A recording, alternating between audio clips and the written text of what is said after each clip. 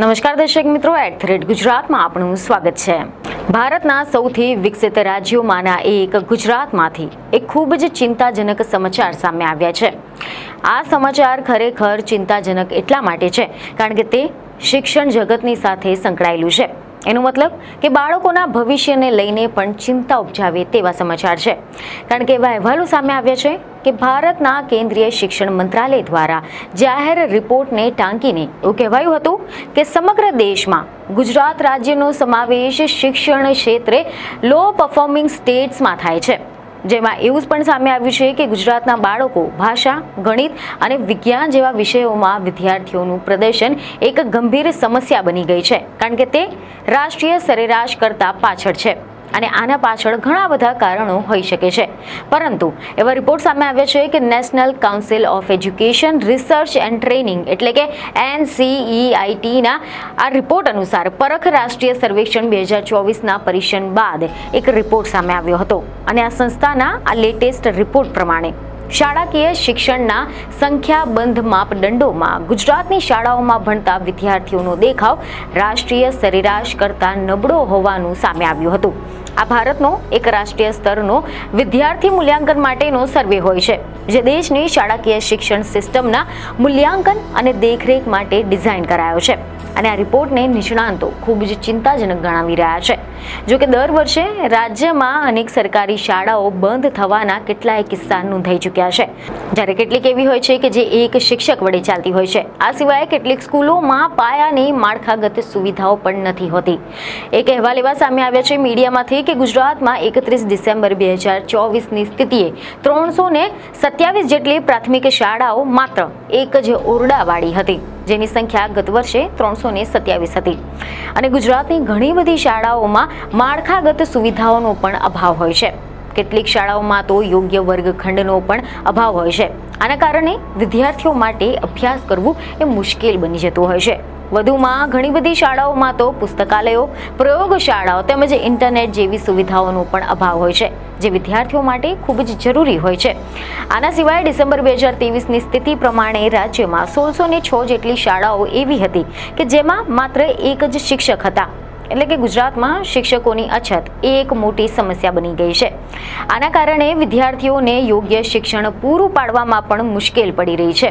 વધુમાં ઘણી બધી શાળાઓમાં શિક્ષક લાયકાત પણ એક મુદ્દો ખૂબ જ ચિંતાજનક છે, કારણ કે જો શિક્ષકો પોતે જ કોઈ વિષયમાં સારી રીતે વાકેફ ન હોય તો પછી તેઓ વિદ્યાર્થીઓને અસરકારક રીતે કેવી રીતે ભણાવી શકશે તે પ્રશ્ન ઉઠ્યો છે।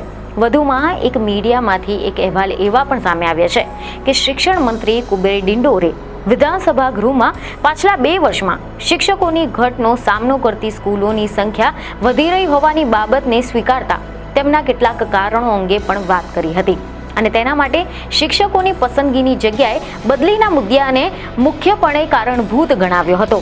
જ્યારે નિષ્ણાંતોનું માનવું છે કે ઘણી બધી સ્કૂલોમાં જેટલા ક્લાસ અને એટલા શિક્ષકોની ભરતી થાય તો જ સારામાં સારા પરિણામ મળી શકે છે અને આવું થશે તો જ ગુજરાત એક શિક્ષણ ક્ષેત્રે અગ્રણી રાજ્ય બનશે, નહીતર આ બધા જ પ્રયાસો વ્યર્થ સાબિત થશે। જોકે હાલ તો રાજ્યમાં પ્રાથમિક અને માધ્યમિક કક્ષાના શિક્ષણની ગુણવત્તાની ચકાસણી માટે જે તૈયાર કરાયેલા પરખ રિપોર્ટમાં ગુજરાતના વિદ્યાર્થીઓનો દેખાવ રાષ્ટ્રીય સરેરાશ કરતાં પણ નબળો સામે આવ્યો છે। અને હવે જો આપણે વાત કરીએ કે આ સર્વેના તારણોમાં આખરે શું સામે આવ્યું છે, તો તેના વિશે આપણે જો ડિટેલમાં વાત કરીએ તો મીડિયામાંથી કેટલાક અહેવાલ સામે આવ્યા છે કે આ સર્વેમાં ધોરણ 3, 6 અને 9 એમ 3 સ્તરના લગભગ 1.4 લાખ વિદ્યાર્થીઓએ ગુજરાતમાંથી ભાગ લીધો હતો, જેમાં ત્રીજા ધોરણનો એટલે કે પાયાના તબક્કાની ક્ષમતાની ચકાસણી દરમિયાન એવું જાણવા મળ્યું કે રાજ્યમાં ભાષા અને ગણિત આ બંને વિષયોમાં ગુજરાતના વિદ્યાર્થીઓનો દેખાવ રાષ્ટ્રીય સરેરાશ કરતાં નબળો હતો। ભાષાના વિષયમાં ટૂંકી વાર્તા વાંચી અને સમજી શકે તેમજ લેખક શું કહેવા માંગે છે તે સમજી શકે તે બાબતના પ્રશ્નો થકી તેમજ રોજિંદા જીવનમાં જે ભાષા બોલી શકે તેટલા શબ્દો જણાતા હોવાના અને પોતાની પાસે રહેલા શબ્દ ભંડોળના આધારે ભાષાના નવા શબ્દોના અર્થનું અનુમાન કરવાની જે ક્ષમતા છે તેનું મૂલ્યાંકન કરવામાં આવ્યું હતું। આ સિવાય અખબારી અહેવાલો, સૂચનો, રેસીપી અને પબ્લિસિટી મટીરિયલ વાંચવાની અને સમજવાની ક્ષમતાની કસોટી કરવામાં આવી હતી, જેમાં ગુજરાતના ધોરણ 3ના વિદ્યાર્થીઓનો દેખાવ રાષ્ટ્રીય સરેરાશ કરતાં 7% ઓછો હોવાનું જાણવા મળ્યું હતું. આ સંદર્ભે રાષ્ટ્રીય સરેરાશ 64% હતી, જ્યારે ગુજરાતની સરેરાશ 57% હતી.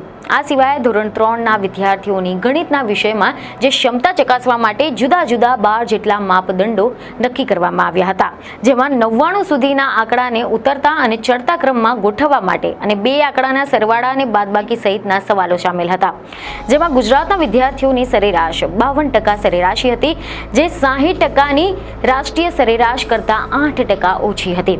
આનો અર્થ એ થાય છે કે આ સર્વેમાં પણ ભાગ લેનારા 52% ગુજરાતના વિદ્યાર્થીઓ જ ગણિતના સામાન્ય જે કોયડા છે તેને જ ઉકેલી શક્યા છે.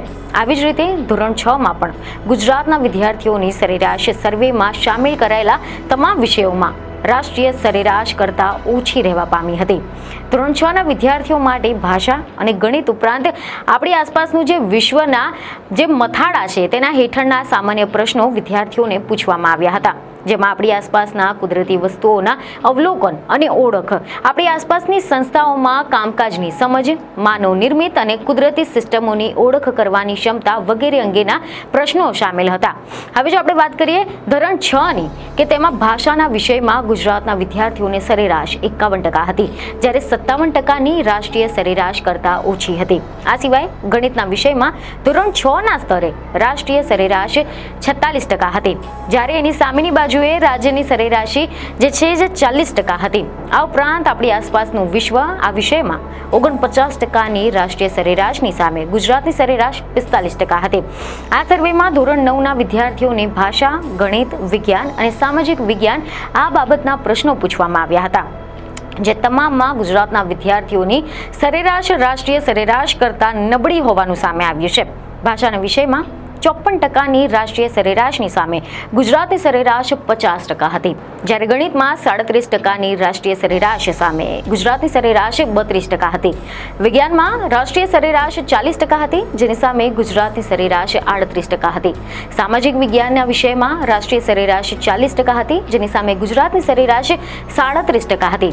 આ રિપોર્ટ પ્રમાણે રાજ્યમાં 3જા ધોરણના વિદ્યાર્થીઓનો દેખાવ પ્રમાણે ગુજરાતનો સમાવેશ એ લો પરફોર્મિંગ અંતર્ગત 5મા રાજ્યમાં સમાવેશ કરવામાં આવ્યો છે, તેમજ 6ઠા ધોરણના વિદ્યાર્થીઓનો દેખાવ પ્રમાણે ગુજરાતનો સમાવેશ લો પરફોર્મિંગ અને અંતિમ 4 રાજ્યોમાં થયો હતો. 9મા ધોરણના વિદ્યાર્થીઓનો દેખાવ પ્રમાણે ગુજરાતનો સમાવેશ લો પરફોર્મિંગ અંતર્ગત 4 રાજ્યોમાં સામેલ છે. આ ઉપરાંત ધોરણ 3ના તબક્કે જામનગર, ગીર સોમનાથ, ખેડા, છોટાઉદેપુર અને પોરબંદર આખામાં ભારતમાં 50 એવા લો પરફોર્મિંગ જિલ્લાઓમાં સામેલ કરવામાં આવ્યા છે. આ ઉપરાંત ધોરણ 3ના તબક્કે જામનગર, ગીર સોમનાથ, ખેડા, છોટાઉદેપુર અને પોરબંદર એ આખા ભારતના 50 લો પરફોર્મિંગ જિલ્લાઓમાં સામેલ છે, જ્યારે ધોરણ 9ના તબક્કે દાહોદ, ડાંગ અને છોટાઉદેપુર જિલ્લા આ આખા ભારતના 50 લો પરફોર્મિંગ જિલ્લાઓમાં સામેલ હતા. એટલે કે આ રિપોર્ટ સામે આવ્યા બાદ ગુજરાતમાં શિક્ષણ જગતને લઈને ચિંતા જગાવી છે.